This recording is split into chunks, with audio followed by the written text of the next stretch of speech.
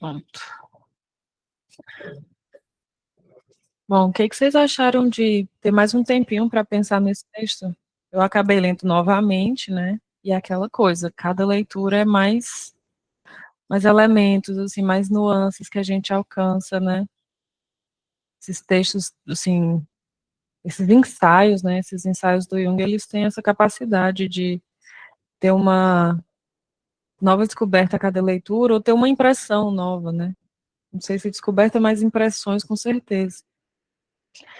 A gente ficou meio que mais ou menos na metade, assim, ficou faltando uma parte, e eu marquei no meu texto como se a gente tivesse parado no 254. Então, acaba que no encontro passado a gente ficou mais se orientando pela sequência do texto mesmo, o que eu acho que funcionou bastante, porque de fato a gente conseguiu tocar em muitas coisas, né? Só um minuto, gente. Tá. E essa releitura que eu fiz essa semana me fez pensar em outros pontos que eu não tinha lembrado, assim, eu acho que eu não tinha lembrado, ou então lembrei e deixei passar, né? Que é, assim, a associação com outros casos, com casos que a gente atende, com coisas que a gente passa ou passou, né? Ou histórias que a gente acompanhou. Eu pensei muito em alguns casos que eu já pude acompanhar, que acontecem, assim, alguns clichês, né? Estou chamando de clichê aqui, mas vale a gente pensar nisso também.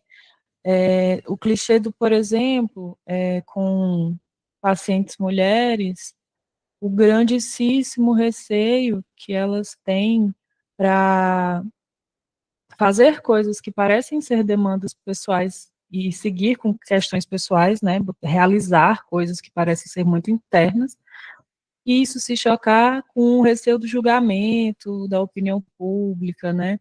Uma coisa que nessa segunda parte do texto ele falou, e eu achei bem interessante ele tocar nisso, porque, de uma certa forma, ele fala sem falar de um funcionamento de ânimos, né? Se a gente for, né, pegar na teoria, não precisamos entrar na teoria tanto assim, mas é como se ele estivesse falando um pouco disso, ilustrando esse fenômeno, quando ele fala sobre como existe uma colisão entre essa vontade de viver, de realizar a integração, né, realizar uma maior integração psíquica, e quando isso se choca com o que se entende como opinião pública, como valores coletivos, valores da coletividade daquela mulher, o que a gente vê muito ainda, né, é um texto muito antigo, antigo entre aspas, né, gente, ainda, já é moderno, mas vai fazer 100 anos, daqui uns aninhos, né? Esse texto vai fazer 100 anos. E, e como a gente vê isso como já uma observação também que ele faz, uma observação que eu acho bastante honesta mesmo, assim, né? De reconhecer o problema que aparece quando se acompanha, né? Se acompanha o desenvolvimento feminino. Esse foi um dos mais óbvios que eu vi, assim, né, essa coisa do perceber esse choque, perceber esse medo do julgamento, ou o medo de quebrar regras, porque também tem isso, né, uma sensação de que está transgredindo algum tipo de lei cósmica, né, você fazer o que você quer, mas aquilo ser meio que diferente, novo, criativo, e necessariamente cair nesse julgamento de isso é errado, e aí o medo de uma punição, né, o medo de algum tipo de punição, que é bastante abstrato também, quando você está ouvindo mulheres, você percebe que esses medos, esses receios com o julgamento, vêm de lugares muito obscuros, e trabalhar em cima disso, ou fazer as mulheres pensarem sobre isso, sempre chega em momentos assim de a pessoa perceber que aquilo ali foi absorvido de forma muito passiva, muito só pela convivência, né, pelo desenvolvimento. Não foi de fato um valor que ela construiu a partir da própria experiência, mas que ela internalizou. E isso foi um dos pontos do texto que eu achei bem interessante. Lembrei até de um texto viral de muito tempo atrás já, que chamava Permita-se ser mal falado, que era um textinho desses meio memético, assim, de internet, que falava justamente sobre isso, de como as mulheres precisavam se haver com essa questão aí do julgamento para conseguir fazer o que elas queriam fazer, o que elas quisessem fazer, né? Se fosse prender ao julgamento e ao medo do julgamento, não vai conseguir e vai acabar presa nessa coisa que é a cisão interna, né? Não leva para o externo a cisão, fica vivendo internamente essa cisão. E eu acho que esse ponto também é um ponto que é onde ele também retoma essa questão do o matrimônio ou o casamento como um espaço em que começou a haver essa complicação, né? Que me dá um pouco a impressão, juntando com o texto anterior, de que o casamento, que era meio que um domínio permitido ali para as mulheres, é onde elas vão mostrar essa complexidade, né? As próprias demandas, a desunião interna que elas podiam ter, né? Permite ser mal vista. Pois foi meio viral, né? Uma época, eu lembro. Eu tenho essa mania de falar do jeito que eu lembro da coisa, mas nunca é do jeito que eu estou lembrando. Eric. Gente, bom dia. Eu lembro de ter pedido para a gente continuar no texto, né? Porque a gente parou justamente na antessala do parágrafo 255, que é justamente tem uns pontos muito curiosos, assim, que eu queria ouvir vocês falarem, as mulheres, né? Ou quem se vê como mulher e tudo mais, sobre isso aqui, né? Sobre, por exemplo, quando ele vai falar sobre o princípio do Eros e como é que isso se dá na dinâmica da relação e tudo mais. Eu não queria que a gente, por exemplo, passasse por outros textos sem falar disso aqui. Até porque isso aqui é muito importante para a clínica, né? Eu atendo poucas mulheres, né? É curioso essa coisa de público, né? Meu público, majoritariamente, são homens gays de meia idade não monogâmicos. Olha só, muito específico, né? Mas atendo duas mulheres e esse texto fala muito sobre elas. Esse e o passado, assim, de maneiras diferentes, né? Esse texto... E aí eu fiquei pensando, é engraçado essas coincidências que acontecem, né? Falei pra vocês outro dia que eu acesso muito Twitter e tal, e eu vi uma menina que ela tava fazendo, tipo, uma classificação dos livros que ela tinha lido, e ela tinha lido justamente os aspectos do feminino, e ela deu 7 de 10 e disse que o texto era datado, né? O texto era muito datado. Aí eu ri um pouquinho assim, porque eu fiquei pensando que, infelizmente, esse texto não é nada datado, né? Esse texto aqui não é nada datado, inclusive. Vai fazer 100 anos e eu acho que ele diz muita coisa que a gente pode aplicar hoje. Assim, não de maneira crítica e tudo mais, mas serve muito para a gente delinear muita coisa que a gente encontra hoje na clínica e observando, né? E aí, como eu disse, eu quero mais ouvir vocês e tudo mais, depois quero falar outras coisas, mas para amarrar, você estava falando desse texto, Sara, e eu estava lembrando, justamente acessando as redes sociais, eu vi um monte de mulheres, assim, esculhambando a Virgínia do Tigrinho, né, da CPI e tudo mais, chamando de puta, isso e daquilo, porque ela assumiu o relacionamento agora com um jogador, Maria Chuteira e tudo mais. Então, assim, esse texto permite ser mal falado, massa, mas difícil.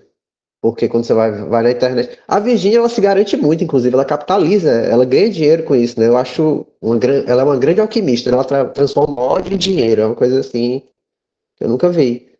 Então, a gente tem esses avanços e tudo mais, e nesse texto ele fala que a gente está falando de uma minoria, né? E aqui nós somos uma minoria, por exemplo, que a gente se preocupa com as modernas teorias de gênero para atravessar o texto do Jung e tudo mais.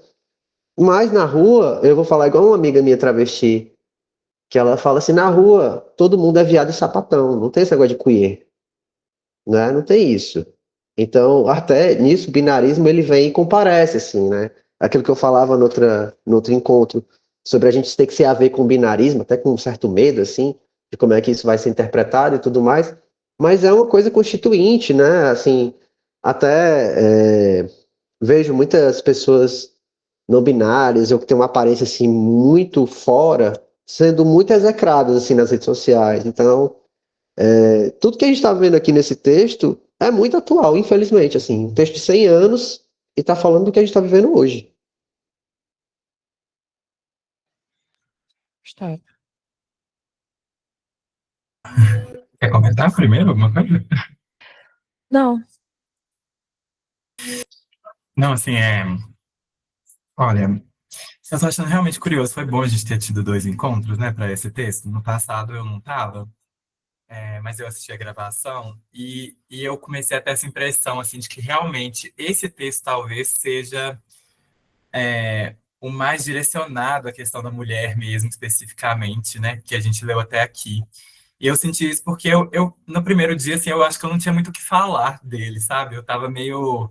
Eu já li esse texto várias vezes e tal, já tive várias impressões afetivas, né, também dele.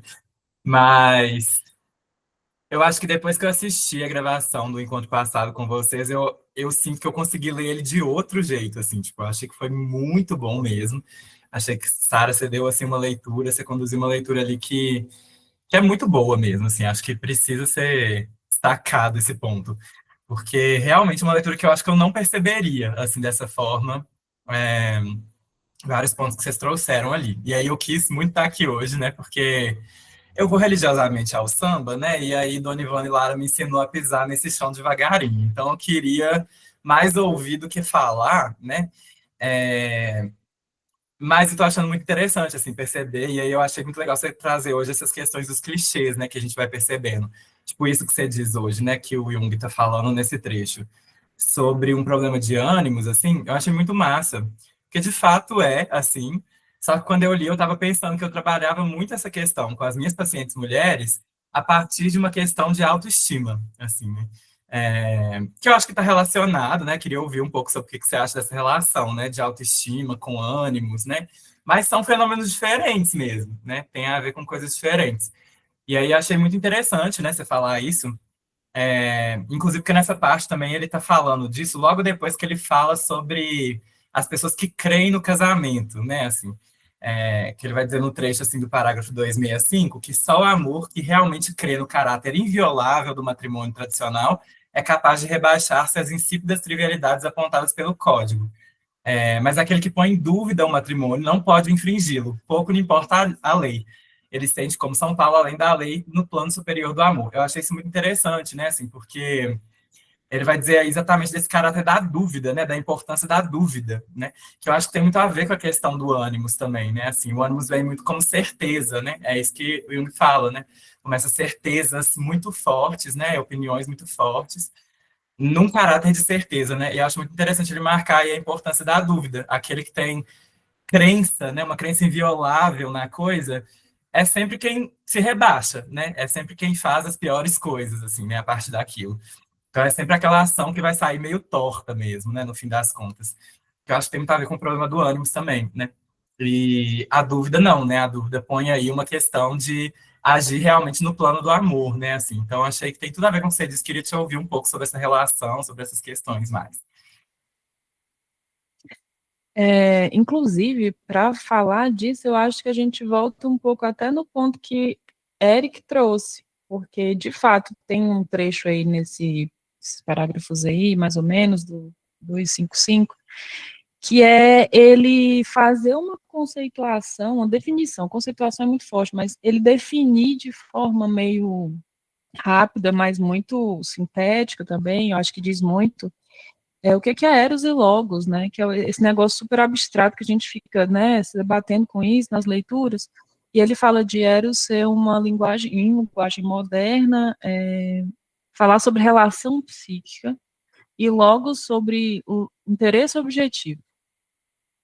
E aí, eu fiquei pensando, porque ele associa ânima a Eros e Logos a ânimos, né? Então, esse ânimos como esse interesse objetivo. Eu acho muito difícil entender essas definições quando a gente não tem esse arcabouço cultural ocidental lá da Europa, que parece que alguns estudos clássicos são muito básicos, assim, é um preconceito que eu tenho com o europeu, dessa ideia de que eles têm uma aproximação muito mais passiva dessas referências que o Jung usa o tempo todo. Então, para mim, às vezes é difícil até fazer essas leituras, né? Porque eu acho que o meu referencial é outro, então, assim, é um trabalho maior. Mas pensando nessa coisa dessas definições, né, de Eros e Logos, ele bota o Eros como esse fundamento de uma psique feminina. O que também sempre é uma coisa que eu fico pensando assim, como é, né? Como é isso? É um pressuposto teórico dele. Ele assume isso como um pressuposto, como base do funcionamento feminino.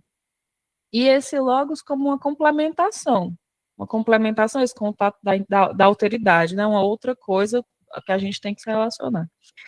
E, ao mesmo tempo, ao longo do texto inteiro, ele faz uma grandíssima defesa da importância disso, na minha leitura, né? Que ele está fazendo uma grandíssima defesa de como as mulheres têm um papel fundamental no desenvolvimento do humano, porque tem essa vinculação especial com esse princípio erótico, esse princípio de Eros, e fazendo essa integração de ânimos, né? Fazendo essa integração de uma masculinidade. É tipo assim, parece uma grande defesa que ele está fazendo. E aí, quando você fala desse funcionamento anímico, a gente pensar como isso entra nessas leis ou ordenações gerais, coletivas, né? Vamos dizer assim, que são as bases das opiniões coletivas, públicas, né? Esses valores coletivos que a gente vai ter relacionado a mulheres, a comportamentos gerais, não só de mulheres, né? A gente está falando de mulheres, mas assim, existe um certo protocolo que todos precisamos seguir para viver em sociedade, que vão estar baseados muito nesses papéis, nesses comportamentos, nessa ética, que é uma ética bastante enviesada também, quando a gente pensa que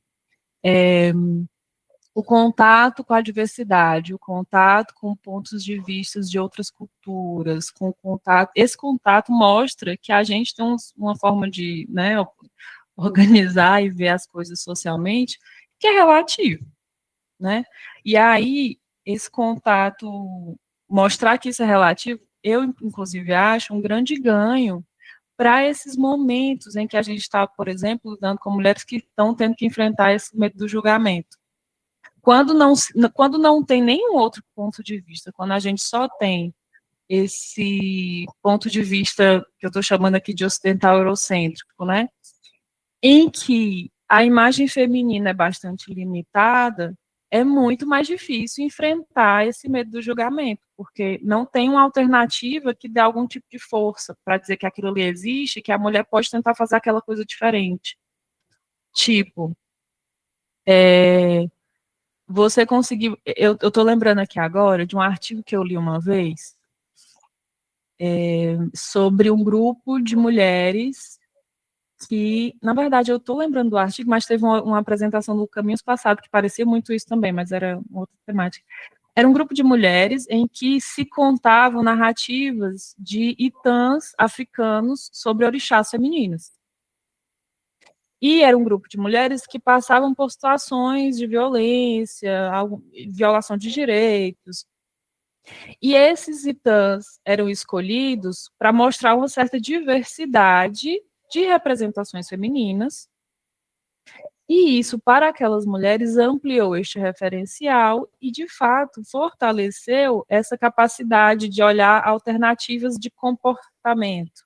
Se antes existia uma referência muito limitada, é mais fácil que você sucumba a esse medo do julgamento. Não posso fazer isso porque é errado, de acordo com esses julgamentos coletivos, né? Essa opinião pública, e estarei sozinha nessa, não tenho referencial para isso. Com essa ampliação de referencial, fica um pouco mais fácil enfrentar isso. Enfrentar o medo de ser mal vista, porque você está se orientando para uma outra coisa. Você vai ser mal vista em algum lugar por alguma pessoa. Você vai. Mas agora você tem um fortalecimento de alguma coisa que você consegue usar para passar por isso. Aí eu acho que entra na coisa da autoestima. E a relação com a autoestima, ânimos e autoestima, é um grande rolê, né? Porque para atravessar a coisa do desenvolvimento anímico, você tem que desenvolver autoestima. Tem que, porque tem tudo a ver com essa autoimagem, com esse autoconceito, com a imagem que a pessoa tem de si mesma e como ela vai ter que fazer uma certa reorganização disso, né? Esse processo.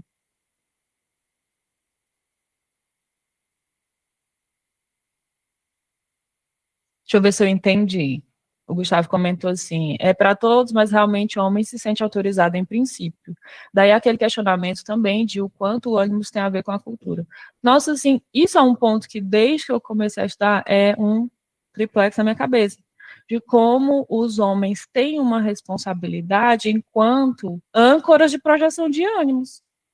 Se você também se colocar num lugar de responsável, quando você entende que você vai servir a isso, e que talvez você deveria também fazer algum tipo de trabalho com a sua masculinidade, que aí é homem com a própria masculinidade, fazendo esse trabalho, você já está contribuindo para o papel, para a grande questão do ânimo, é um bom começo, assim.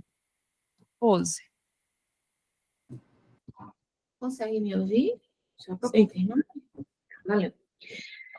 Embora mesmo esse recorte ainda possa ser tipo desvirtuado, né, por assim dizer, porque o homem ele trabalha a própria masculinidade para ele poder ficar de boa consigo, nem sempre isso vai representar ele também conseguir ocupar bem ou funcionar bem nesse papel de âncora projetiva, né, anímica, né, mas movimento de consciência, relacionamento consciente com a masculinidade, super importante, super verdade.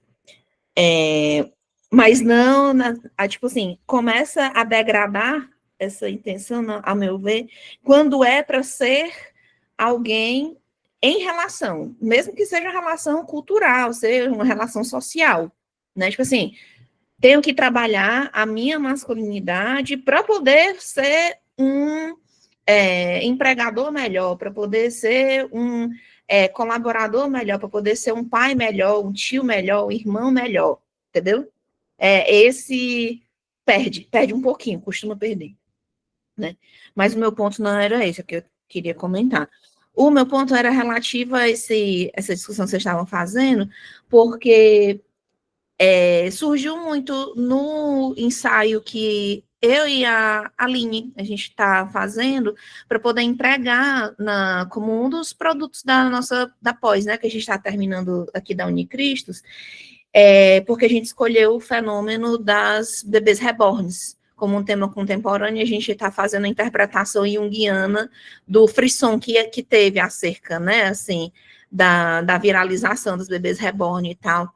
E um dos focos de análise e interpretação da gente é justamente como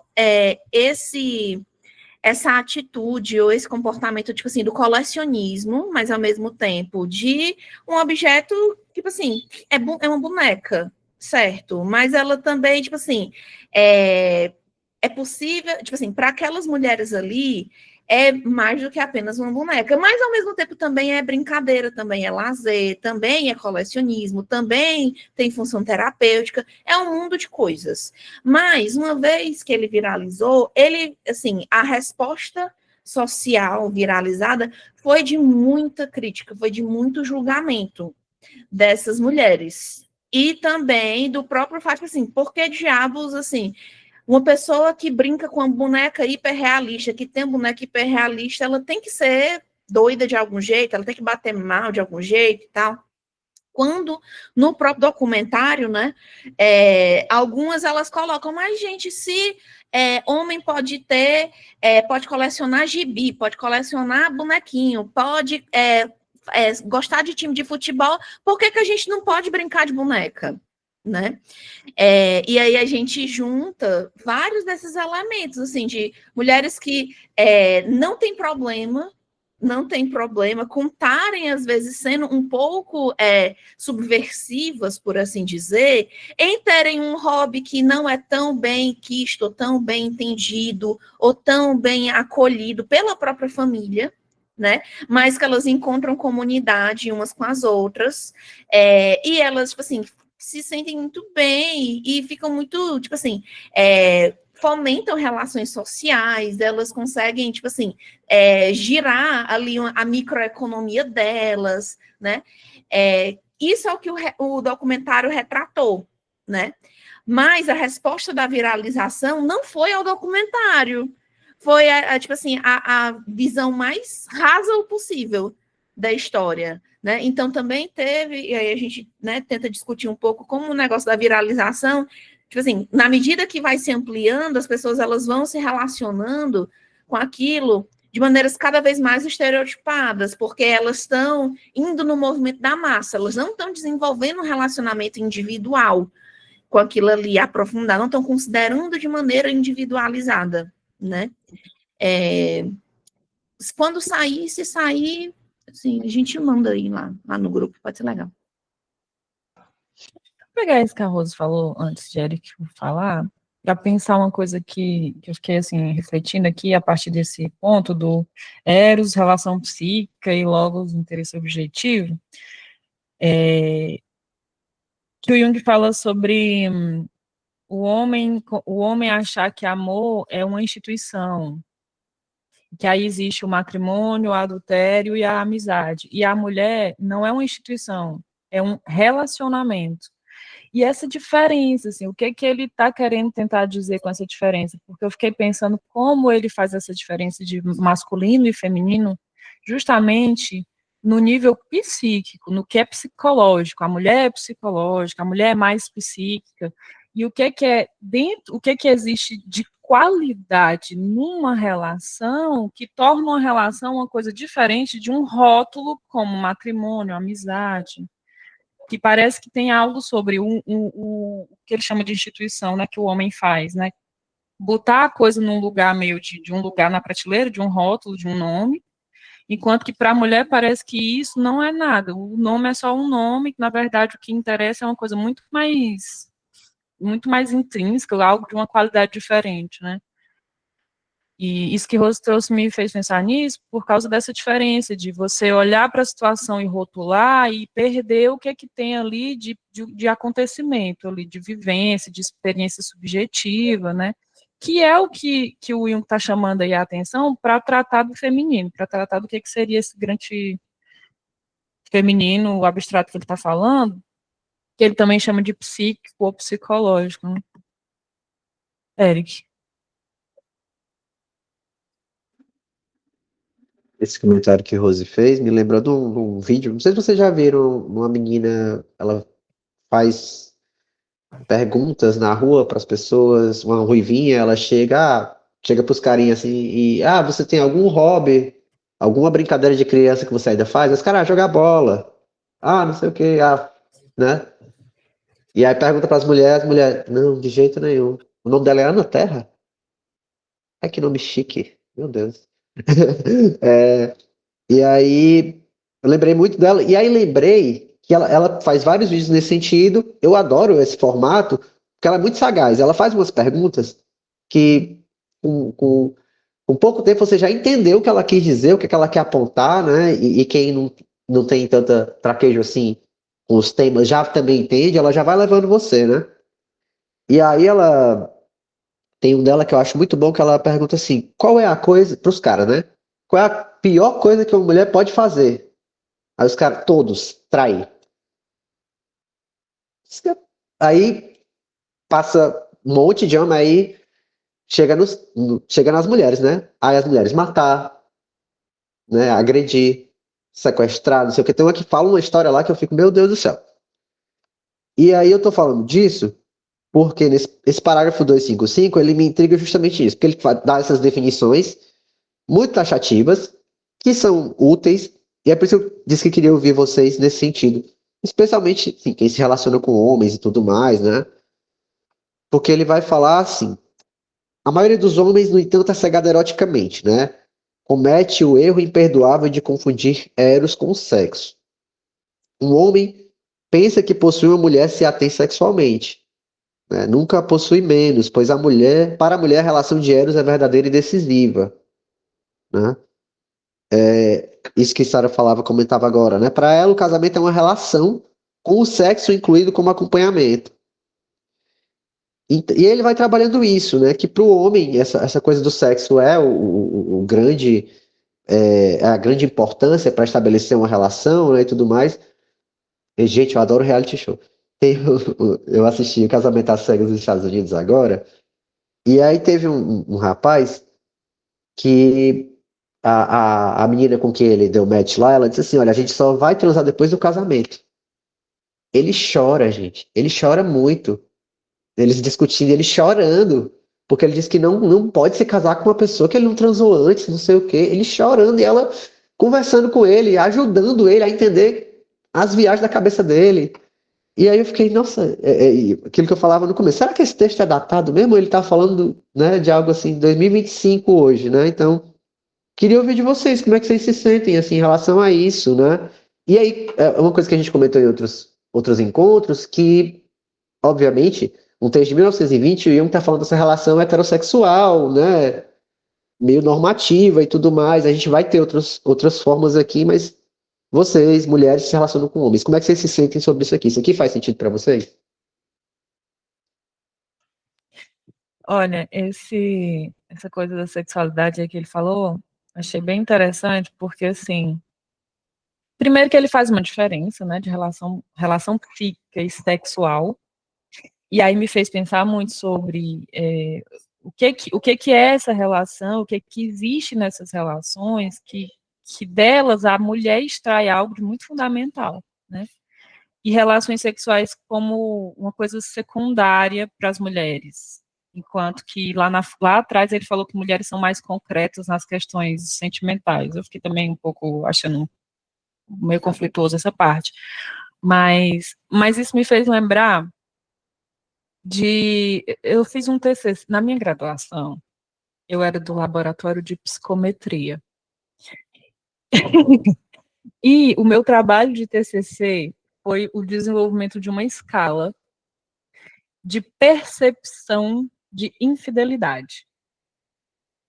E aí, uma das coisas que eu encontrei no desenvolvimento da minha escala foi uma diferença significativa entre homens e mulheres do que percebem como infidelidade, o que meio que corroborava já algumas impressões teóricas. Mas é isso, né? Escala é genérico, né? São estatísticas genéricas, mas aí a diferença era justamente essa, de que para homens a infidelidade estava mais perceptível em comportamentos sexuais e para mulheres em comportamentos emocionais. As mulheres tinham muito mais ciúme de coisas que homens faziam que tinham a ver com envolvimento afetivo e que conseguiam até relevar em algum nível envolvimento sexual se não tivesse envolvimento afetivo. Enquanto que os homens eram o contrário. Mulher podia se envolver afetivamente com quantas pessoas quisesse. Se não transasse, estava tudo bem. Foi mais ou menos isso que eu descobri no meu estudo. E eu venho nesse texto e vejo que é exatamente o que eu tinha visto no meu TCC, quando eu tinha começado a ser junguiana muito recentemente, e fico pensando nessa diferença que ele faz de eros e logos ali antes, que é o homem tratar uma coisa de uma forma mais objetiva, né, nesse nível mais objetivo, no sentido de rotular ou de chamar, por exemplo, de sexo, e manter inconsciente esse outro aspecto que também existe numa relação sexual, que é relação, é a segunda metade do termo, né? A relação sexual tem o sexual e tem a relação. Para o homem é o sexual, mas aí ele mantém inconsciente a parte da relação. Que é uma coisa que eu vejo, por exemplo, em alguns casos também, um pouco de clichê nisso, de homens que eu atendo que são muitíssimo apegados a pessoas com quem eles transam, que eles não conseguem se tocar, que é por causa da relação, não é do sexo. Eles ficam muito apegados ao fato de que eles conseguem com aquela pessoa ter um sexo tal, e isso é extremamente luminoso, nossa, porque o sexo com esta pessoa, sem se dar conta que por trás disso existe a complementação de que aquilo ali é uma pessoa, e o fato dela ser uma pessoa conta, e aquele nível subjetivo do relacionamento que proporciona o sexo é extremamente importante. Então, quando aquela pessoa não está disponível ou não existe mais, é só um grande vazio que é reduzido no discurso à experiência sexual. E aí também vai da limitação da problemática sexual do fato de eu ser uma mulher, né? Mas é uma coisa que eu consigo ver deste outro lado, sendo a mulher que escuta homens falando sobre isso, que parece ser uma espécie de ponto cego, um grandíssimo ponto cego, né? E um ponto cego que para muitos é muito cego mesmo. Assim, o trabalho de pavimentar o caminho até enxergar esse grande breu é árduo. Gustavo. Estou muito chocada, assim, eu acho que faz todo sentido e realmente é um clichê também, né? Esse aí, né? A gente vê muito, mas é mesmo ponto cego, assim, eu nunca tinha formulado nesses termos, apesar de trabalhar isso de outras formas também, assim, tô adorando, assim, estar aqui e acho que muito massa também essa escala, né?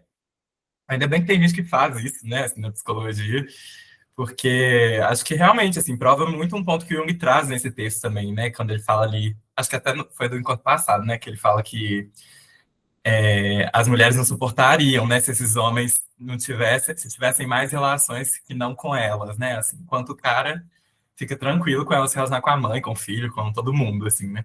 É, acho que faz muito sentido, foi muito legal você ter trazido, depois manda pra gente se tiver esse estudo aí, né.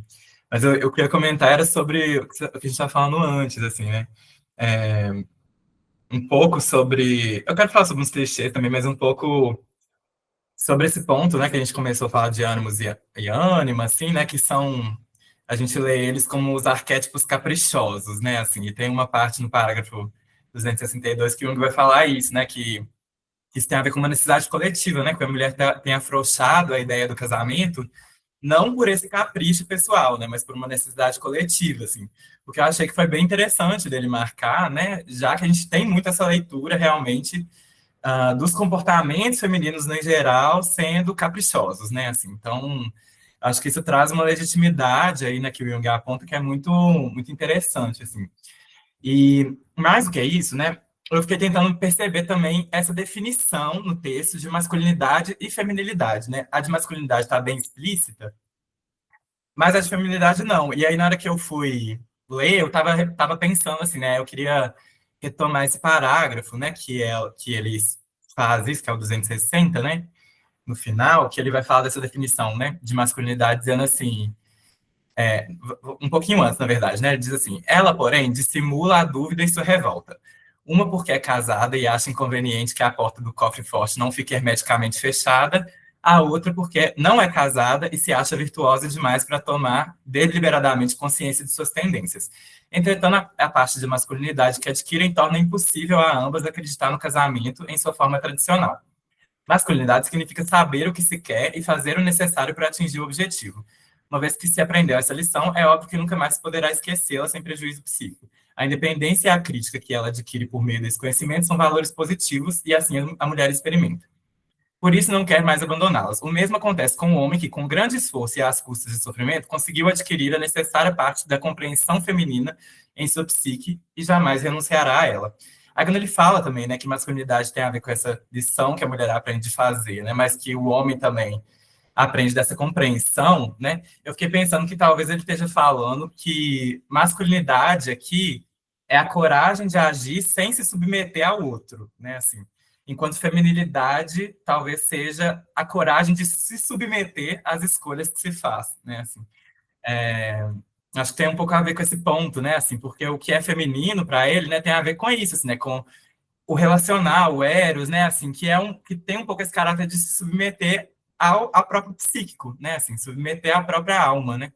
Então, fiquei achando interessante talvez essa definição, né, que como você bem pontuou, o Jung, o fato dele trazer a questão do masculino e do feminino para o campo do psicológico, né, eu acho que é um giro muito interessante, né, porque tira do campo do biológico, mas tira também do campo do antropológico, né, necessariamente, do sociológico, né, e ele passa a dizer disso como posições, né. Eu acho sempre muito interessante essa ideia de posições, né, que a gente também discutiu uns textos atrás, porque posições são sempre intercambiáveis, né? Assim, posições são sempre alguma coisa que tem a ver com configuração psíquica, né?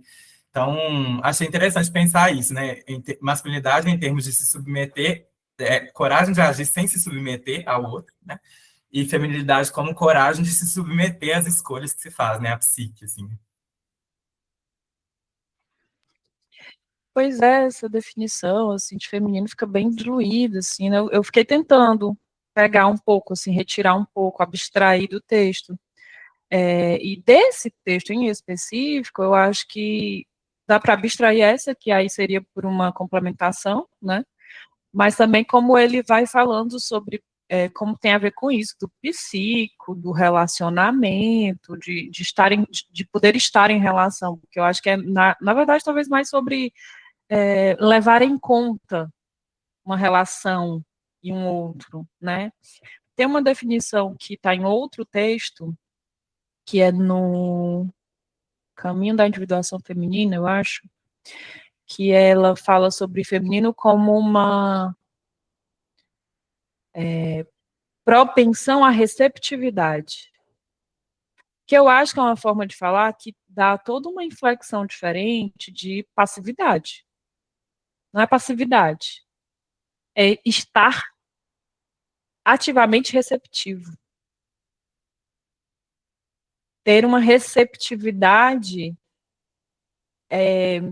que você está meio que assumindo, assim, a postura da receptividade, né? É diferente porque passividade, pelo menos, me dá essa ideia de você ser muito mais sujeitado, né? Você está numa posição menos ativa, menos autodeterminante, digamos assim. E para você ter uma propensão à receptividade, você se botar numa atitude de receptividade, você está na atitude de a pessoa se colocar, né? Assim, tem uma autodeterminação ali acontecendo. E sobre essa feminilidade, tem um ponto que ele fala um pouquinho no começo desse parágrafo que você falou, que eu achei bem interessante, que é a ideia de masculinidade, feminilidade tradicional, ela é medieval. Essa ideia de masculinidade e feminilidade, né, desse campo mais conservador, ela é medieval. E mais na frente, falar que quem acredita nisso, ou quem vive isso dessa maneira, vive em outro mundo. E tá, e deixa, né? É isso, você não vai tirar a força, porque a pessoa é o melhor que ela tem. Inclusive, ele fala dessas pessoas serem pessoas que não foram obrigadas a gostar do presente. Eu acho o jeito que ele fala muito, muito crítico e ao mesmo tempo muito delicado, né? E, e fiquei pensando muito na coisa dessa receptividade, em oposição a uma postura de atividade em que você não leva em conta o outro, ou não leva em conta o valor de um relacionamento que você estabelece com algo. O valor no sentido aqui, de valor subjetivo mesmo, assim, do quanto aquilo mexe com você, interessa a você, impacta você, o quanto você consegue levar em conta isso em nome de uma objetividade, né?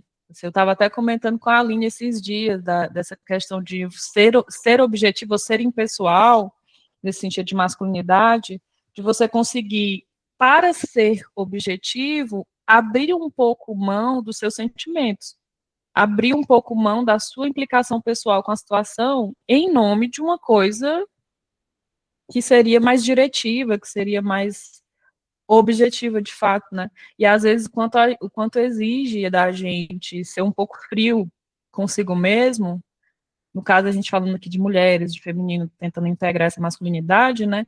De você conseguir ser um pouco fria consigo mesmo e com seus sentimentos para ser objetiva. Porque esse objetivo tem um valor muito fundamental para você. E aí é o ponto das integrações, né? Você não abrir mão do que é importante para você, mas você não cair na armadilha de se perder nessas interferências subjetivas do relacionamento. Não vou fazer isso, que é muito importante para mim, porque isso vai implicar na fulana, na cicrana, na beltrana, ou na minha relação com alguma coisa específica.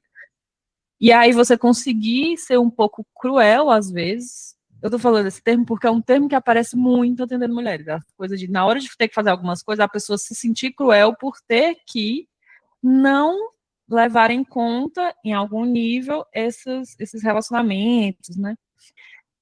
Para conseguir empreender esse objetivo, para conseguir alcançar esse objetivo, né?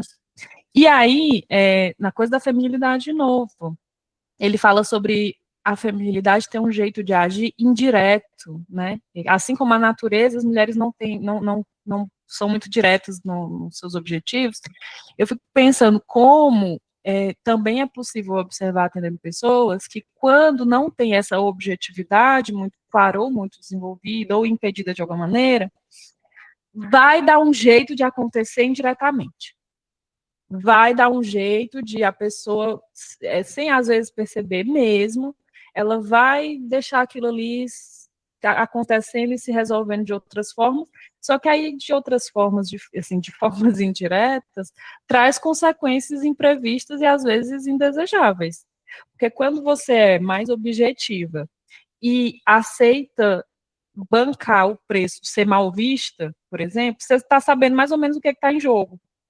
Quando você vai indireto, tipo, vamos falar um conflito de alguém que está lá num relacionamento e começa a se interessar por outra pessoa e não quer assumir o conflito para ver o que dá para tirar disso e tal. E aí a pessoa começa a mentir para a pessoa com quem ela está, criar situações que ela não assume, porque ela também não é muito consciente disso, criar situações para estar em contato com aquela outra pessoa, alimentar de alguma maneira não assumida algum tipo de relação com aquela outra pessoa, até que aquilo vira uma grande bola de neve, explode, e aí explode de um jeito muito pior do que se a pessoa tivesse assumido as coisas, o conflito conscientemente, né? Uma situação que eu pensei aqui para ilustrar isso, que eu acho que tem um pouco a ver com essa coisa da feminilidade, dar os jeitos de realizar indiretamente o que ela quer. Não vai deixar de realizar, se deixar de realizar, vai neurotizar muito, mas vai dar um jeitinho, vai dar um jeitinho. E entra, inclusive, em algumas descrições ligeiramente machistas de as mulheres serem as que seduzem para conseguir o que elas querem. Não consegue diretamente, vai usar subterfúgios outros para convencer ou para conseguir alcançar aquilo que elas querem. Ele fala isso às vezes, né, quando ele diz, porque quando a mulher casa para ter uma posição social, né, por exemplo, né, que ele fala do quanto esses objetivos eles vão se botando ali escondido nas coisas. E isso entra na descrição de feminino que o Jung faz, inclusive, ao longo da obra, de como tem algo sobre... nesse texto ele falou isso também, a feminilidade ter um certo charme, um certo apelo, né, uma coisa assim, em outros momentos ele falar sobre essa capacidade da mulher de meio que dobrar os homens para conseguir o que ela quer e tal. Acho que entra também nesse grande quadro que ele faz sobre feminilidade, né, Eric? Você falou, foi o gancho perfeito. Eu tava esquecendo de te falar, inclusive, especialmente para você que está fazendo seu doutorado, eu descobri uma ferramenta, corro para usar logo isso enquanto tá de graça, que é do Google, Notebook LM. Você vai lá, você vai carregar os seus arquivos lá, e ele vai pesquisar só nesses arquivos. Eu joguei a obra completa e coloquei assim. Reúna as citações com as quais podemos trabalhar aspectos de feminilidade e mulheridade dentro da obra. Ele faz lá a citação estudinha. Vou botar aqui. Depois eu posso tentar mandar para vocês aqui. E aí, isso está muito presente. Isso. Faz isso, faz isso. Claro que você vai precisar ir lá, né, e cotejar e tal, mas é absurdo. E aí, isso que você acabou de falar, Sara, também está muito representado, e aí é interessante porque aparece também numa certa perspectiva de transição desse pensamento, né? Por que eu estou falando isso? Porque nessa pesquisa que eu fiz, nos primeiros volumes, que são os volumes psiquiátricos, ele tinha uma tendência a descrever os complexos da mulher a partir de uma ideia de simplicidade e facilmente reconhecíveis. E os textos vão mudando, a opinião dele vai mudando, né? Ele vai entrando cada vez mais em contato com o feminino e tudo mais, e aí ele já começa a ir para uma outra direção, né? Depois eu digo qual é o texto aqui, pra você tá com a cara assim. Mas ele fala isso, assim, né? E aí existe o aspecto também social, né? Em que, em larga medida, o papel feminino era o papel do casamento, né? Então ela não podia pensar em outra coisa, não podia estudar, não podia fazer nada, ela tinha que arrumar um bom casamento, né? Então, de fato, se não havia uma simplicidade na vida anímica da mulher, havia uma estreiteza de horizonte por conta do mundo masculino, né? Que é o que ele coloca no começo desse texto. Assim, não dá para pensar o mundo feminino sem pensar o mundo masculino, porque o mundo masculino é que estabelece os limites e tudo mais. Então, é interessante observar isso, assim, como a opinião dele vai mudando ao longo do tempo e vai compreendendo e chegando, por exemplo, nessa ideia que ele coloca no final do texto, né? Coloca sobre as mulheres um peso gigantesco, né? De ter que realizar o trabalho civilizatório, né? Que é basicamente isso que ele fala, e é até engraçado isso, e nos ensaios dele, nessas conferências, ele tem essa mania de fechar com umas frases bombásticas, né? Sempre ele coloca um fechamento assim bem bombástico. E esse é um deles, assim. Então, e aí recorrendo um pouco ao que se estava falando, né, antes, sobre essa questão de relação e tudo mais, e como os homens se colocam, né? Tem um texto, aliás, tem um ponto do texto aqui que fala, no 265, né? Que ele fala justamente isso, sobre a repensar o que é que se chama de adultério, porque do ponto de vista legalista não cabe, né? É o que Sara falava, assim, sobre para os homens o institucional é mais importante, né? E aí essa definição de adultério, ela pode não a definição legal de adultério pode ser do ponto de vista psicológico algo que desajeitado para dar conta, né? Do que é esse adultério, assim, do ponto de vista psicológico e tudo mais. Nesse ponto do texto ele já tenta dar conta disso, né? Assim, diz que Sara vinha falando sobre as percepções masculinas e femininas, sobre a traição e tudo mais. E você falou do adultério, da instituição e tal. Eu tive a oportunidade de assistir uma peça sensacional chamada Prima Facie, que numa tradução seria a uma primeira vista, que fala sobre o valor de face de uma situação. E aí eu queria puxar esse gancho do valor de face, que parece-me ser muito a coisa do o homem tratar a coisa como uma instituição, botar aquilo como se aquilo tivesse apenas aquele valor que tem pelo que parece, perdendo essa dimensão mais profunda do que significa aquela experiência. E por que eu lembrei dessa peça?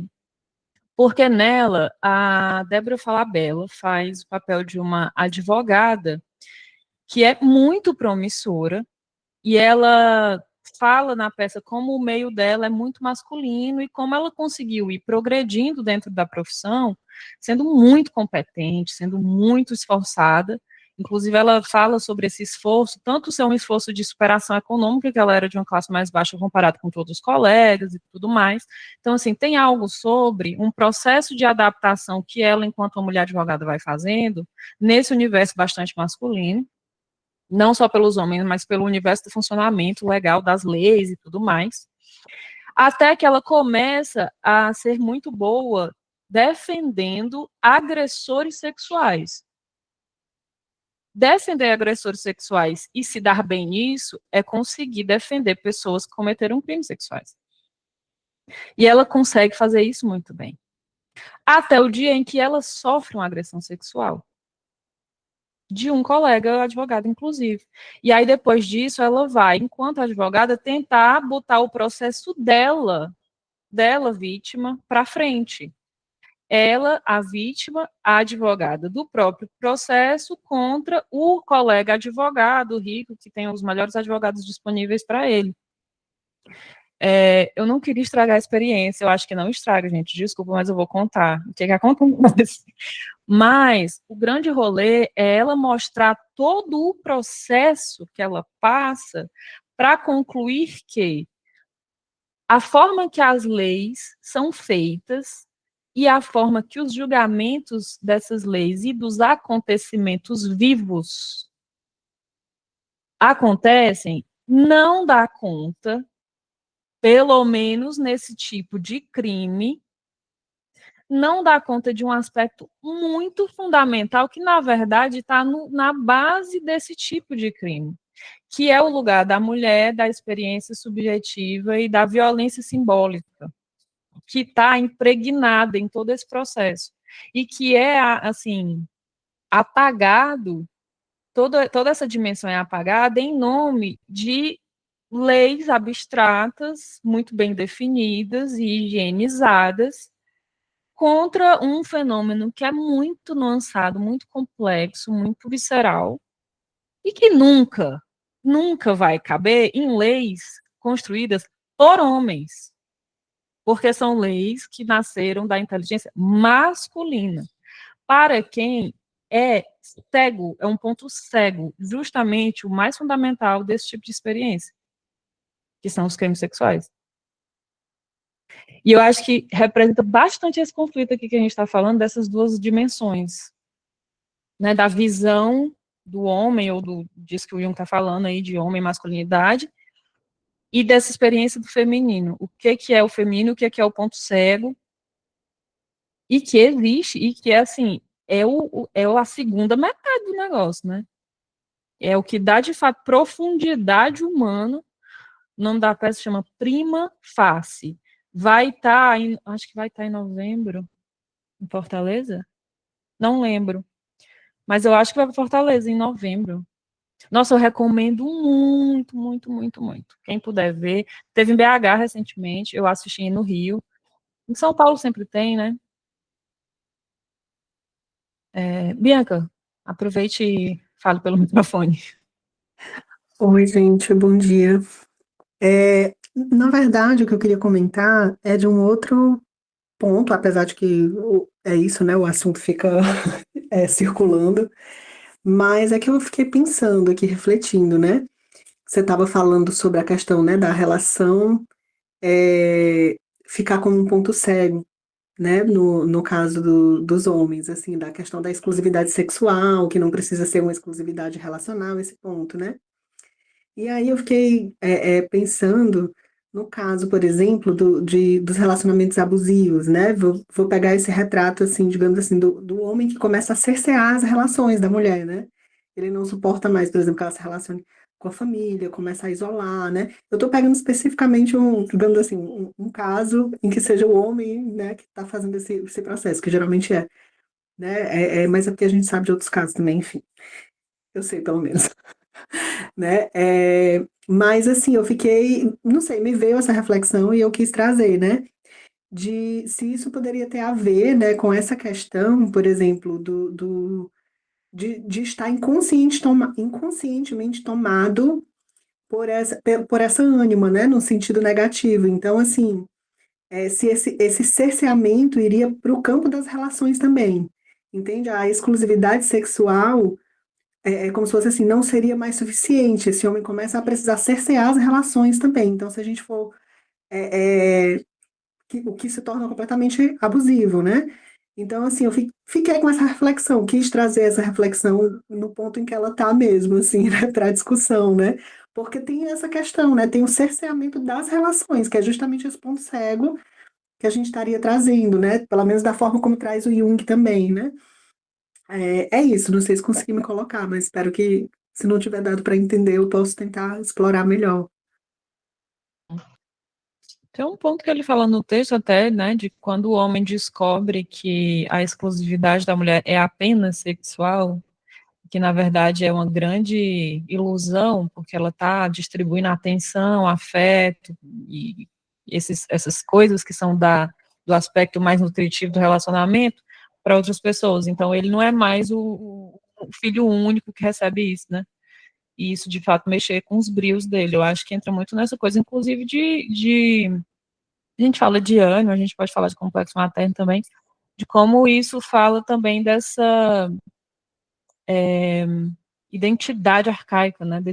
A pessoa está tão indiferenciada que não existe, o outro não existe direito ainda, né?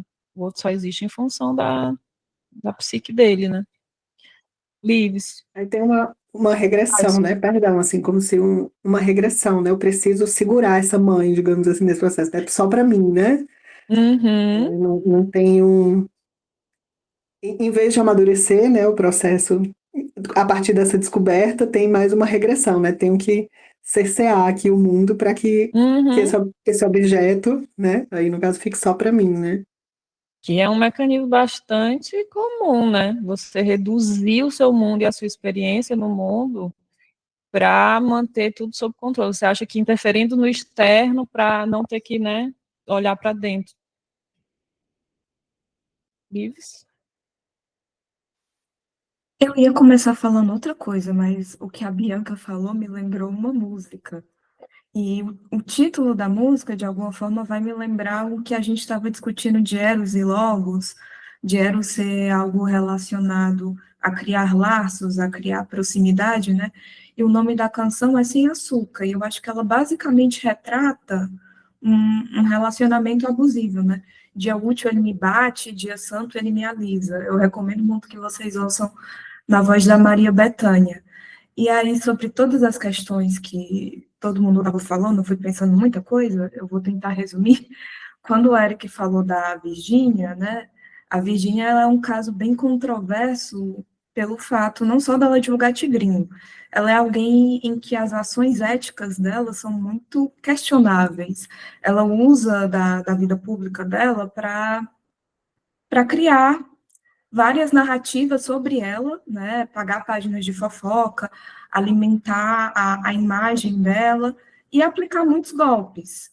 Ela, ela já foi processada por várias coisas, mas é alguém que conseguiu um alcance muito grande. E como ela está se relacionando com um jogador de futebol do Real Madrid, que é o Vini Júnior, isso acaba que levanta várias pautas, inclusive de relacionamento interracial, e acaba que ela está sendo, de alguma maneira, atacada por se relacionar com ele, mas aí dá para entrar em outra discussão.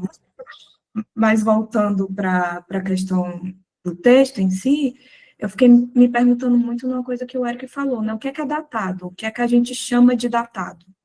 Porque até em textos que são datados, a gente consegue retirar alguma coisa. É trambiqueira, totalmente trambiqueira. E que usa do privilégio branco dela, diga-se de passagem. A Virginia é essa pessoa. E aí, eu fiquei pensando muito o que é ser datado. Porque até um texto que é extremamente antigo, do século passado, tem alguma coisa que dá para a gente extrair. E eu acho que desse texto é aquilo que você estava comentando semana passada.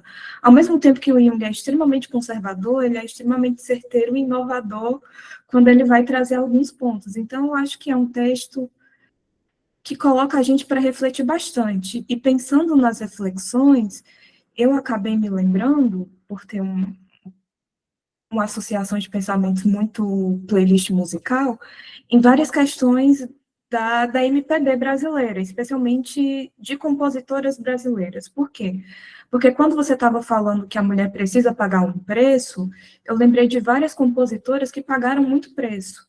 A Joyce, a compositora, ela acabou passando anos sem ser contratada por nenhuma gravadora, simplesmente porque ela decidiu cobrar o uso de uma canção dela em um disco que não pagaram os direitos autorais dela. Olha que coisa. E porque ela escreve uma canção que ela fala de um homem que abandonou ela. E isso é um escândalo na década de 70. Aí você tem também a Ângela Rorô, né, que sofreu várias agressões, inclusive ela perdeu parte da visão, e é uma das primeiras mulheres, se não a primeira, pelo menos em termos públicos que eu lembre, que vai falar que é lésbica. E também tem outros nomes, e aí quando você vai aumentando os nomes, você vê que muita gente pagou um preço, e um preço muito alto, para conseguir se reafirmar de alguma maneira e viver de uma maneira autêntica. E aí eu fiquei me lembrando muito de um livro da Clarice Lispector, que vai tocar nesse ponto da questão da sexualidade, que é a Via Crucis do Corpo, porque ela vai ficar falando nos contos de várias vivências da sexualidade e dos encontros eróticos femininos, assim. Eu gosto muito de um conto que vai falar de uma senhora idosa que vai no médico. E na consulta, tipo, ela fica se questionando por que ela ainda está tendo desejos sexuais. E o médico responde para ela que enquanto tem vida, tem desejo, né, de alguma maneira. E é interessante porque ela vai no médico, se não me falha a memória, com a filha. E aí essas coisas que o texto traz, às vezes, do Jung, de uma maneira muito demarcada, você começa a perceber que datado talvez seja as demarcações, mas o que ele traz enquanto fenômeno dá para a gente fazer uma cadeia de associações com a vida, com as experiências, com o que a gente escuta na clínica, de uma maneira que enriquece muito e dá para você perceber que o que é datado talvez sejam as colocações, não o que a gente pode acrescentar e recortar. Eric? Ela terminou com o que eu ia dizer, assim.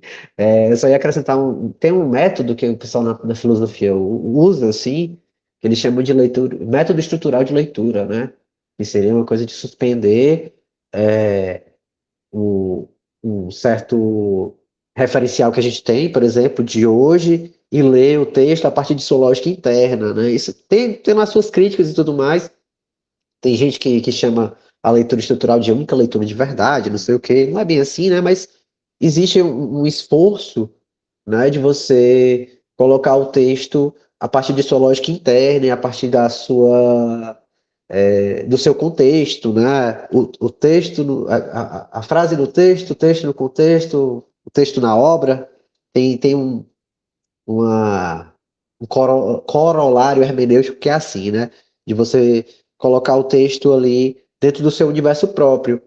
E aí, só para completar, né, sem terminar, isso que Liviane falou, quando eu começo a pensar no Jung, eu fico me questionando se ele é tão conservador assim. Às vezes eu fico, não é tanto, tem lá essas coisas, né? Tem coisa aqui que ele diz que, pelo amor de Deus. Mas de alguma forma, tem até um livro de um cara que ele fala assim, que o título é assim, Jung, conservador vanguardista, né? Em tradução literal, assim.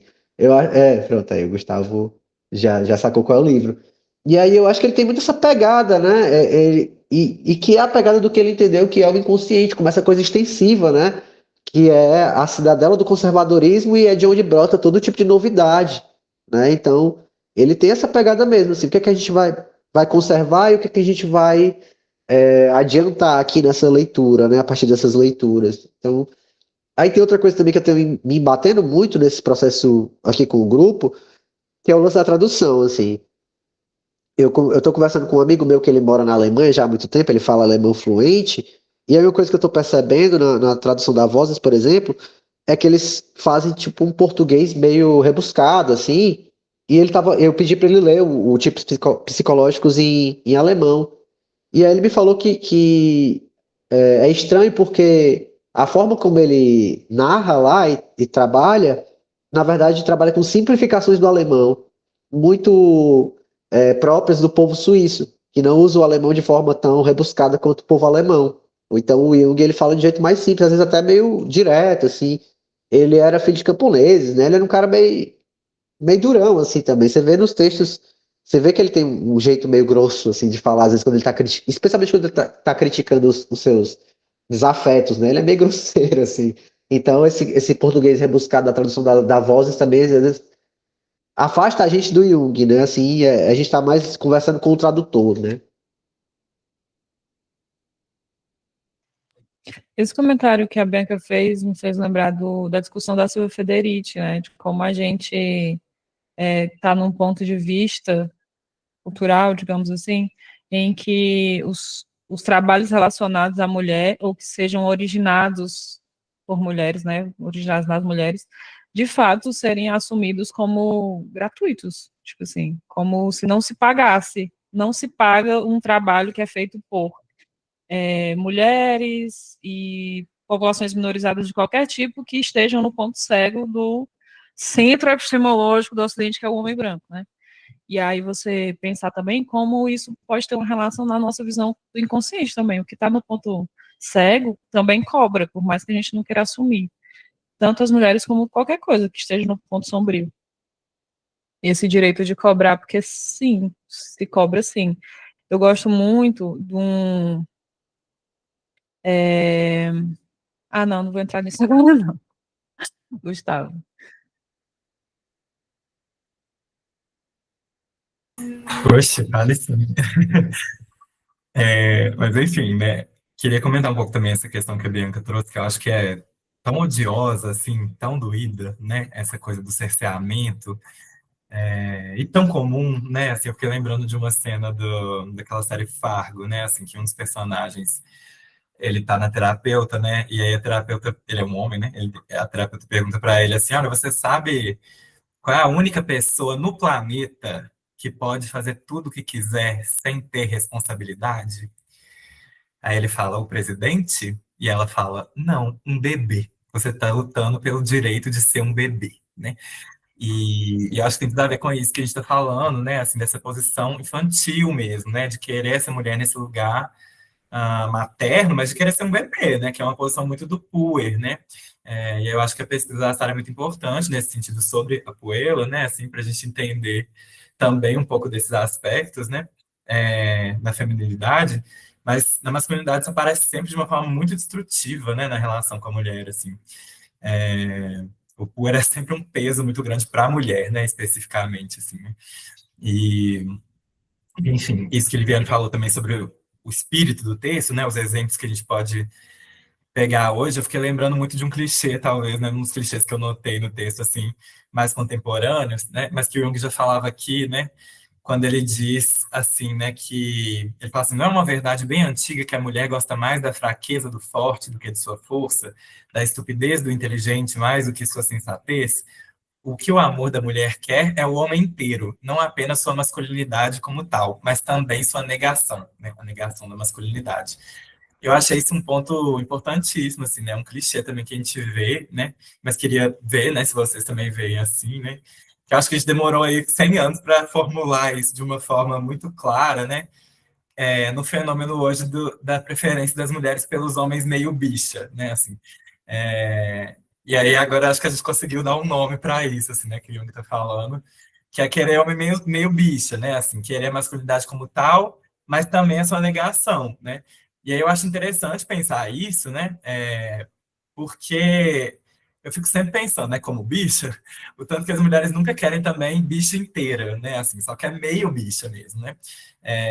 Eu acho que tem uma questão que o Jung traz aqui nesse ponto, apesar dele estar falando, né, da importância da negação da masculinidade, mas acho que ele acaba denunciando também o tanto que essa mulher ainda busca essa masculinidade, né, e sobretudo performances de masculinidade, assim.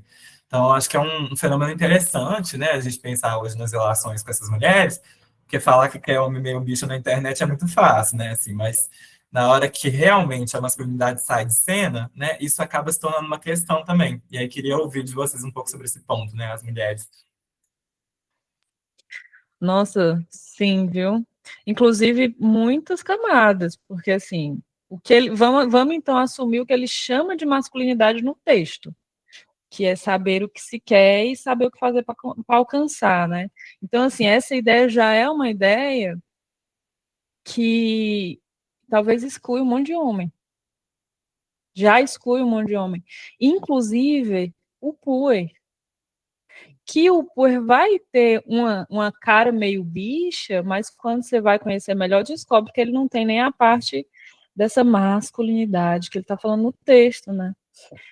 Juntando as duas coisas de tanto essa coisa, esse meme, né, da mulher querer um homem meio bicha, nesse sentido de um homem que seja capaz de ter masculinidade, ser capaz de negá-la, para entrar em cena essa outra coisa, né, que seria essa feminilidade, que ele, inclusive, é um parágrafo muito interessante esse, de ele discutindo como isso vai ter um valor inferior, mas que precisa ser agregado, né, mas isso, de assumir que é um homem meio bicha, mas é isso, né, o que é o meio bicha, ao mesmo tempo que alguns homens poderiam entrar numa categoria de sensível, de afeminado, seria um termo talvez o Jung desse, né, quando ele vai discutir por exemplo, e que no fim das contas ainda é um homem que ainda não tem essa masculinidade que ele está falando, que ele está defendendo, né? Que não se nega o que não se tem, né? Não tem como você abrir mão de uma coisa que você não tem, né? Mas é um grande ponto isso, porque tem a coisa também de na integração dessa masculinidade, a mulher adquirir essa crítica, essa independência que ele fala também, né, no texto, independência e crítica, essa capacidade de ser mais autônoma e ser mais crítica, e com isso não precisar mais estar em relações que não tragam essa coisa para ela, essa coisa indiretamente, não precisa mais namorar com quem não vai oferecer isso, né, ou não vai oferecer alguma outra coisa. E aí entra naquela história lá do heteropessimismo, né? Das mulheres que estão escolhendo ficar solteiras, a estar em relacionamentos com homens que elas não querem, não aceitam, não, que tem para oferecer. E o quanto isso tem um pouco a ver com essa, assim, complicado, né? Porque, assim, é um ponto de maturidade, se a gente discute assim, né? Não no caso a caso, obviamente. Mas é um ponto de maturidade, porque seria essa diferenciação, essa integração dessa masculinidade que faz parte do processo de individuação. Por outro lado, o quanto que isso também pode cair numa imaturidade mesmo, né? Numa necessidade de que o homem ainda tem essa coisa, né? O quanto é sobre essa masculinidade desses papéis de gênero, mas que a gente discute aqui, fora da psicologia analítica, e o quanto, na verdade, ele está falando de uma outra coisa, né? Que ele está chamando masculinidade, mas que talvez, quando a gente junta os discursos com a discussão de gênero, muda um pouco o caráter, o que ele chama de masculinidade, né? Ó, Eric? Eu acho que tá, né? Só rapidinho. Acho que tá relacionado com isso, né? Porque, por isso que eu falei assim, que acho que talvez procurem até mais performances de masculinidade do que a masculinidade em si, né? Porque aí eu tô assumindo realmente masculinidade no sentido que Jung traz no texto, né? Só que isso acaba sendo confundido com a performance, né? Com a performance do que é ser masculino. Eu acho que é um clichê também que ele traz num outro parágrafo desse texto, tem a ver com isso, quando ele fala que o homem confunde o eros com o sexo, né? Assim, com a sexualidade. Que é uma discussão que a Audre Lorde também vai fazer quando ela fala dessa confusão entre o erótico e o pornográfico, né? Assim, porque o pornográfico tem a ver com a performance, né? E aí acho que ela também traz esse ponto, né? Assim, uma confusão daquilo que é psicologicamente real com aquilo que é performático, né? E isso é válido tanto para essa questão dos homens confundindo eros com sexo, mas acho que também para essa questão das mulheres confundindo a performance de masculinidade com o que é masculinidade, no sentido que Jung está trazendo nesse texto. Inclusive, conecta com outras coisas do texto anterior, né, sobre como o homem que tem esse dom da palavra, né, que nem precisa de fato ser um sábio, contanto que ele saiba manipular as palavras, ou seja, ele pode ser um grande ilusionista do discurso, que isso já é o suficiente para a mulher projetar ânimos, né. E aí, quando você fala essa coisa da performance e tal, eu pensei muito nos níveis de desenvolvimento do ânimos, que tem aquela coisa, que é o paralelo do feminino também, da ânima, né, que é o nível, o primeiro é o Adão, não é Adão, eu não lembro o nome, mas é como se fosse esse primeiro nível do masculino, em que essa masculinidade é meio que quase instintiva, que é o cara que é forte, que é mais a coisa do... O homem é quase uma ferramenta. O homem é uma ferramenta de executar tarefas. Ele é muito bom em executar tarefas muito concretas, quase desprovido de alguma subjetividade. E aí, nos níveis seguintes, é que ele vai adquirindo profundidade subjetiva e psicológica, que vai desenvolvendo a coisa da sabedoria, né? Mas o primeiro nível, assim como o primeiro nível da ânima é a coisa da Eva, né? Que é basicamente essa coisa erótica no nível do pornográfico, o homem é esse correspondente, assim, ele é um grande executor de tarefas, ele é uma força aplicada, que no nível mais básico dessa definição que ele dá, né, de saber o que você quer e saber como fazer, cai nisso, né, ganha profundidades com, talvez, amiga, eu não lembro, mas provavelmente, né, o nível do Tarzan, mas essa discussão também leva a gente a uma outra coisa, que é o nível de profundidade que os relacionamentos vão demandando, né? Se a gente sair da superficialidade e ir embarcando, a gente vai descobrindo, por exemplo, que muita coisa é performance, muita coisa é máscara, né? Eric? Indo nessa direção, né, de debater o quanto, por exemplo, há espaço para um homem todo bicha, né?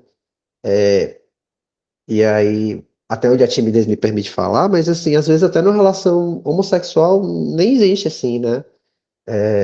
Eu sou uma pessoa bissexual, e aí às vezes qualquer tipo de demonstração de delicadeza com outro homem inviabiliza a relação, assim, já aconteceu comigo algumas vezes, e aí eu tô até meio assim, de tentar, assim, com homens, assim, porque qualquer saída dessa posição de masculinidade, para mim, representa o fim da relação, e com algumas mulheres também, né? Mulheres, especialmente mulheres cis hétero, assim. Então, o homem todo bicha só é, ou meio bicha só é hit na internet, assim. Claro que isso aqui é uma coisa anedótica, né? Assim, é da minha vida, pessoal, mas também eu vejo isso na minha clínica, por exemplo, tem um paciente que ele relata isso de uma forma muito marcada na vida dele quando ele deixou o cabelo crescer. Aí ele fala para mim, até em termos estatísticos, a minha vida sexual diminuiu 70%, ele fala assim, que ele deixou o cabelo crescer. Então, assim, homem meio bicha e homem todo bicho, até numa relação homossexual não rola, você tem que ser másculo, né, assim, e aí pra mim tá meio complicado. Se chegar no nível do depoimento, eu vou ter um bem parecido também. Como é chegar ao momento dos flertes com mulheres bissexuais, né? Que sapatão não tem tanto isso, não. Mas mulheres bissexuais que têm uma mentalidade heteronormativa. E ficam esperando da outra mulher, também bissexual, o papel correspondente ao outro sexo, né? Ao outro gênero. Mas o Gustavo comentou que a definição que ele dá de masculinizar é um pouco definição de adulto. E é verdade. Parece muito mesmo.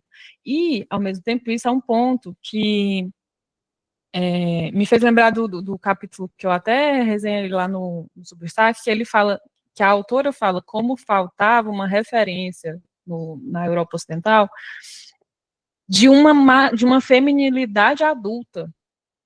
O que é um feminino adulto?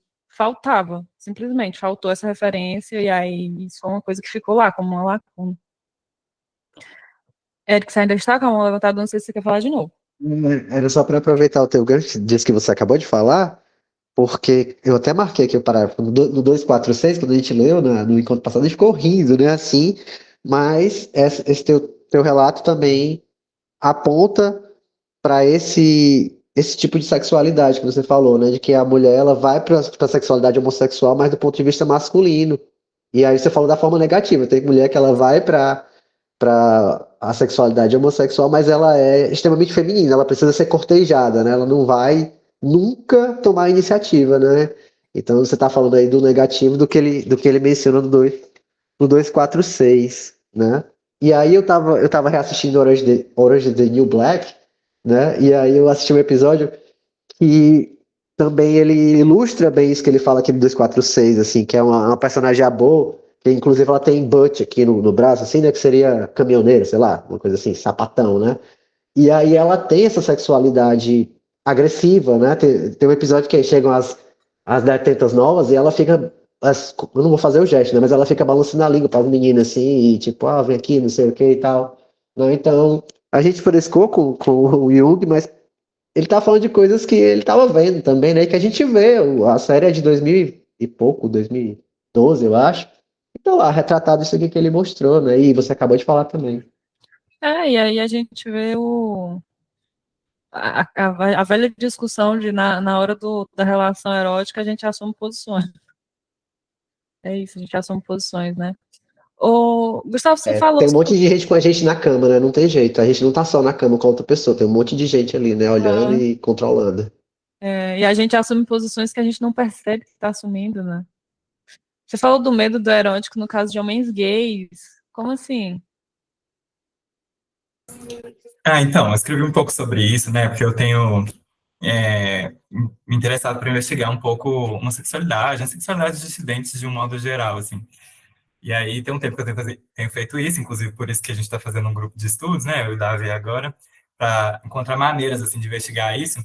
Que eu comecei a fazer isso a partir de um caminho que eu acho que ele pode acabar ficando meio metapsicológico, sabe? Assim, que foi a partir de minhas experiências clínicas, né? Enfim, então eu fiz num caráter mais ensaístico, mas estou a fim de levar isso mais adiante, assim.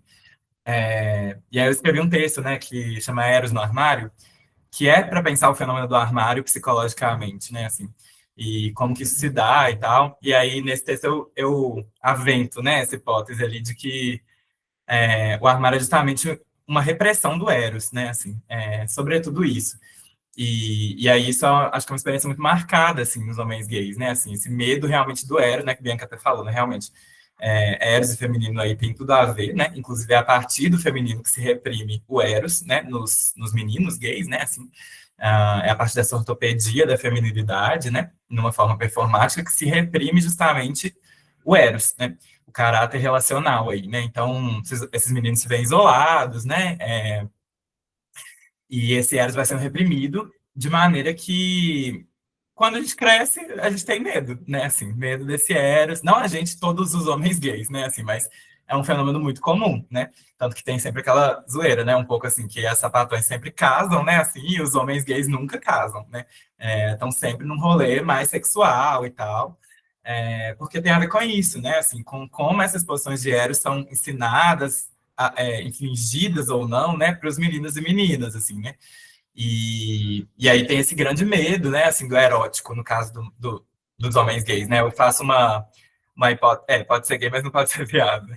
Eu faço uma hipótese com isso, né, trazendo justamente o mito de Eros e Psique, né, assim, porque essa relação do erótico com a alma, né, do Eros com a alma, ela é sempre vista como monstruosa no caso dos homens gays, né, assim, então eu falo um pouco dessa história de Eros e Psique como um grande mito do armário, né, assim, um mito que define a posição do armário que a gente tem, né? Que é exatamente essa posição de ocultação e revelação, né?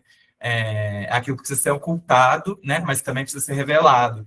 E aí, na história de Eros e Psique, é isso que acontece, né? Assim, porque Eros é revelado para a Psique, né? Assim, ele está oculto a princípio, ela não pode ver ele, né? Ela se deita com ele todas as noites, mas não pode ver ele. Mas depois que ela descobre, depois que ela é revelado, ela é levada a crer que aquele Eros é monstruoso, né? Que ele é um monstro, que ele não é um deus, né? Assim, que ele não é alguma coisa com a qual ela pode se unir. E acho que é esse mesmo processo que acaba acontecendo com os homens gays, né? Assim, a gente, quando é revelado o Eros para nós, a gente é levado a crer que ele é monstruoso, né? Assim, que ele não é alguma coisa que nos pertence, que a gente pode se unir com ele. Então, eu escrevi um pouco sobre isso, mas é toda uma questão, né? A ser desenvolvida aí ainda. Não sei se me fiz explicar bem. Nossa, muito interessante. Muito interessante pegar o mito, inclusive, de Eros Psique. Isso que vocês estão falando, a Amanda botou aqui uma citação da Katy Perry, né, da música da Katy Perry, e eu pensei que a gente pode pensar, a gente está falando de homens gays, a gente pode falar de homens héteros que são muito investidos afetivamente no universo masculino e que usam mulheres só para transar. Também tem um pouco dessa discussão, assim, de como esse aspecto de relacionamento, que é extremamente obscuro, né, nesse homem genérico que o homem tá falando, que o Jung está falando, mas ele existe, e ele só não é conscientizado, né, mas ele existe, e está lá quando todo o investimento afetivo, todo o compromisso, né, o vínculo que o homem hétero estabelece vai ser com outros homens héteros. Eu estou na universidade, né, então eu vou ter essa referência do cara, que é um professor que só vai trabalhar com homens, que só vai citar homens, que só vai ler homens, que só vai fazer pesquisas que tenham interesses ali, que tenham a ver com homens, o que homens acham interessante. Então, você vê todo um investimento subjetivo em coisas que ele se vincula e que a mulher fica no lugar mesmo de mãe e esposa para servir e trepar, né? E isso também ser um certo funcionamento meio clichê que a gente pode ver às vezes assim no mundo, quando a gente, né, vai olhar. Tem uma coisa que eu queria só botar um pin, porque a gente não tem mais tempo, sobre o que ele fala de para a mulher o amor é uma vontade de viver quase desprovida de sentimentalidade. Eu achei isso muito interessante, porque vai tirando de fato essa ideia do amor desses lugares que a gente tem assim no senso comum e que eu acho que tem a ver com o que ele define de Eros, né? Quando ele fala de Eros, essa relação e tudo mais, mas em outros momentos da obra também que ele fala de Eros, tem um pouco a ver com isso, assim, de o amor, que é uma coisa que ele se nega a definir, obviamente, porque ele é esperto, mas de ter essa relação, de ter essa coisa assim, de amor ser uma vontade de viver. E isso ser uma coisa própria para a mulher. Essa forma de amor ser uma coisa própria da mulher, que segundo ele, a mulher acha isso. Para o homem é outro jeito. Para a mulher é uma vontade de viver. E diante da vontade de viver, as convenções sociais, as leis, as regras instituídas, assim, elas são muito facilmente obsoletas. Ao mesmo tempo que, a partir dessa vontade de viver, a gente pode pensar justamente porque que o Jung está falando essa grande panfletagem de as mulheres terem esse cargo, né, de transformação cultural.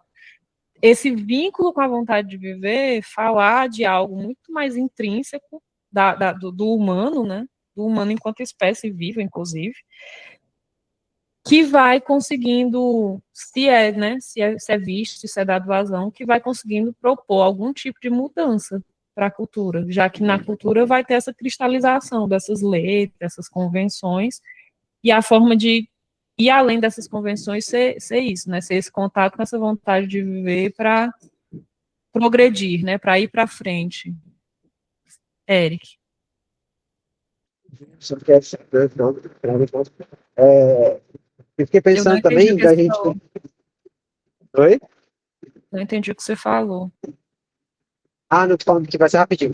Mas é só para a gente também sempre trazer para perto, né, essa ideia de que quando ele está falando de masculinidade e feminilidade, isso que a gente já está falando do posicional, né, fugir dessa ideia meramente anatômica, né? Então, de alguma forma, quando ele fala, por exemplo, o homem tem que ser homem e a mulher tem que ser mulher, tem que viver como mulher, eu, pensando nisso que você falou, né, eu meio que subverti isso na minha cabeça e pensei que isso também é um chamamento que a gente tem para tratar as pessoas que transicionam de gênero da maneira que elas querem ser tratadas, né? Assim, então, tipo, o homem trans tem que ser tratado como homem, né? E eles reivindicam isso, as mulheres.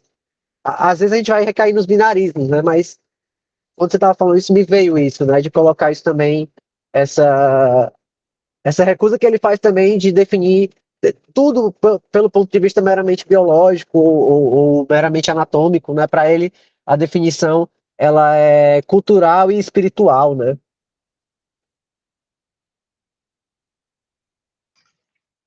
Tem um outro ponto até que tem nesse texto que eu acho legal, mas que convém para a minha pesquisa, mas não cabe mais hoje falar, que é sobre o que ele fala da cultura ser uma coisa que se produz na segunda metade da vida.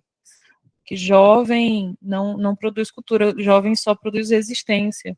E é uma questão para mim isso, porque eu acho que muitas coisas aconteceram nos últimos anos para a gente ver que ele deve ter muita verdade no que ele está falando, mas não dá para a gente assumir só desse jeito, né, que ele está falando. Mas eu pensei nisso, Eric, porque eu acho que é uma discussão que, para a gente hoje, está muito relacionada a juventude aqui, certo? Tipo assim, quando a gente pensa nas discussões sobre gênero, por exemplo, eu acho que a galera mais jovem é que está botando a cara no mundo mesmo para fazer isso, enquanto que o ponto de vista conservador ainda, né, ainda tem a cara de velho, ainda tem uma cara de... E o quanto a juventude é também quem assume essa frente de batalha, né? Porque eu acho que a batalha tem muitas frentes, muitas camadas, mas aqui vai dar a cara a tapa mesmo no meio social, ser uma galera mais jovem, né? Enfim, Gustavo. Total, assim, acho que o que eu ia falar tem a ver exatamente com esses dois pontos que você disse, né? É, primeiro também que a gente pode questionar exatamente essa hipótese do Jung, né? A partir da ideia de geração, né? Já que as gerações são tão diferentes, não são à toa, né? Porque cada geração produz culturas novas, né? Assim, e elas produzem quando elas ainda são jovens, né? Assim, a gente vê diferenças geracionais justamente quando as pessoas são jovens, né? Isso tem a ver com como nós, os adultos mais velhos, né? Assim, produzimos a sociedade, certamente, né? Mas também tem a ver com aquilo, com a contraparte que aquela geração traz, né? Então, eu acho que é um pouco interessante mesmo pensar nisso, né? Inclusive na minha pesquisa, que é sobre infância, né? Eu discuto um pouco esse conceito de culturas de infância, né? Que é um conceito da sociologia e da antropologia, né? Que vão reconhecer culturas que as crianças produzem, né? Assim, e como isso, claro, tem, eu acho que um impacto limitado na cultura geral, como o Jung está trazendo, né? Mas tem um impacto, né? É, que é alguma coisa que sempre chega, né? Tem sempre ecos, assim, né? Que nem no começo desse texto também ele fala assim, né? Que só quem produz cultura é essa fina camada, né? Assim, eu entendo o que ele quer dizer, mas ao mesmo tempo parece que todo o resto da sociedade não está sendo atingido, né? Pelas diferenças culturais, como se alguém que estivesse morando lá no campo estivesse realmente, literalmente lá, no medieval, né? E tal, e tem implicações, tem ecos aí, né? De um lado para o outro. Então, acho que esse é um ponto importante. E acho que você trouxe antes também, né, sobre a questão do amor ali, né, do amor como vontade de viver, né, eu achei lindo ele falar isso, assim. E eu acho que tem tudo a ver também com um ponto sobre a infância, né, também que eu tenho pesquisado, agora eu tenho lido e estudado a Frances Weeks, né, assim, que é uma autora norte-americana, né, que o Jung gostava muito, e que realmente tem muitas proximidades com o trabalho do Jung, mas por ser mulher, ela foi esquecida no churrasco, né, assim, e aí a gente estuda, eu mesmo na minha pesquisa, eu estudei o Neumann, o Fordham e o Jung, e não estudei ela, né, assim, inclusive porque eu não tinha acesso, né, ao material, ao livro dela, assim, então, ela foi esquecida, mas agora eu estou empenhada em fazer justiça, porque é muito bom, o livro é muito bom, assim, e ela fala justamente ali, né, sobre o que é necessário para fazer uma análise de criança, serem duas coisas. Uma, um grande conhecimento técnico, e a segunda, amor, né, assim. E eu acho que quando ela fala isso, isso tende a ser lido, né, hoje como uma coisa assim, ah, que bonitinho, né, e tal, fofo, precisa de amor para educar crianças, para fazer análise de crianças. Mas eu acho que isso é uma posição absolutamente revolucionária que ela está falando, e que eu acho que tem a ver com isso que o Jung diz, né, assim, sobre amor ser vontade de viver, né, para as mulheres. Assim, acho que não é à toa que é uma mulher a única na história da psicologia analítica que coloca esse ponto como necessário, né, assim, para se fazer uma análise de crianças, porque para sustentar a infância é necessário uma vontade de viver muito grande, né, assim, é isso que tem a ver com com a posição infantil. Então, acho que é um ponto muito importante. Acho que eu estou empenhada em estudar o que ela quer dizer com amor, exatamente por isso. E acho que essa fala do Jung contribui bastante assim, para a gente entender essa posição. Enfim, era só isso. Tem uma coisa que o Jung faz, que é se dispensar de comentar certos assuntos, tópicos, discussões, e citar alguém que fez isso. E ele faz isso com ela. Assim como ele faz com outras pessoas, com a Esterhard, com a Toni, que ele fala, não, a Toni, a Esterhard já falaram muito melhor sobre este assunto no livro tal, e segue o baile. O que acontece? Ninguém traduz. E aí ele vai lá e coloca, gente, isso aqui tá lá na Esterhard, tá lá na Toni, tá lá na Frances Wick. Não vão atrás. Eu acho isso um problema. Enfim, mas sobre a coisa da visão que o Jung tem, né, de maturidade, contribuição com a cultura. Eu acho que tem também um viés que vale a pena essa investigação aí, nossa, de pesquisadores, que é a visão que o Jung tem também sobre o processo de individuação, de onde ele tirou essas referências, essa influência, e também do como ele está vendo justamente isso que ele está chamando de masculinidade e feminilidade nessa primeira metade da vida. Porque ele tem uma coisa de defender que nesta primeira metade da vida você tem que fazer essa adaptação social aí, que você tem para o mundo, você tem que desenvolver uma persona e tal.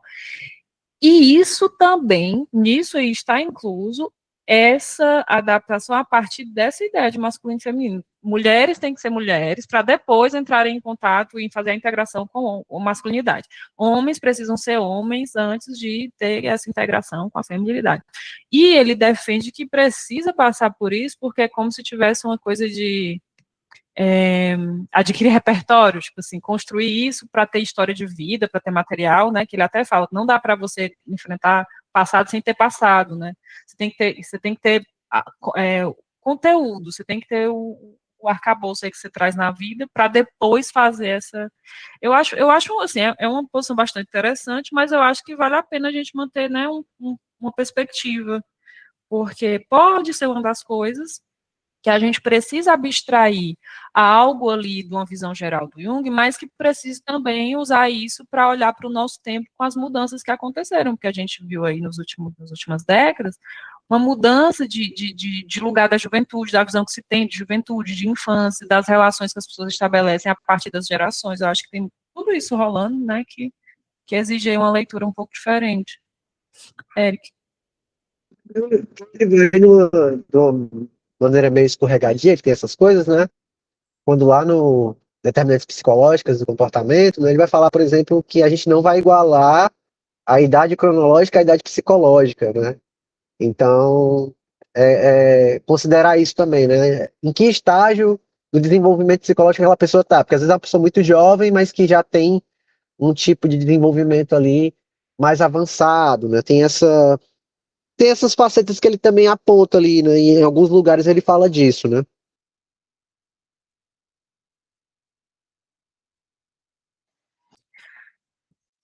Inclusive, é uma coisa para a gente sempre manter em mente que tem também seus paralelos, né? Se a gente pensa, por exemplo, que a nossa discussão aqui de masculinidade e feminilidade levou a gente para outros lugares, né? Que vai muito além da discussão de gênero de hoje, por exemplo. Então, enfim. Bom, gente, a gente passou um pouquinho aqui do tempo, acho que a gente já pode encerrar. A discussão foi muito boa.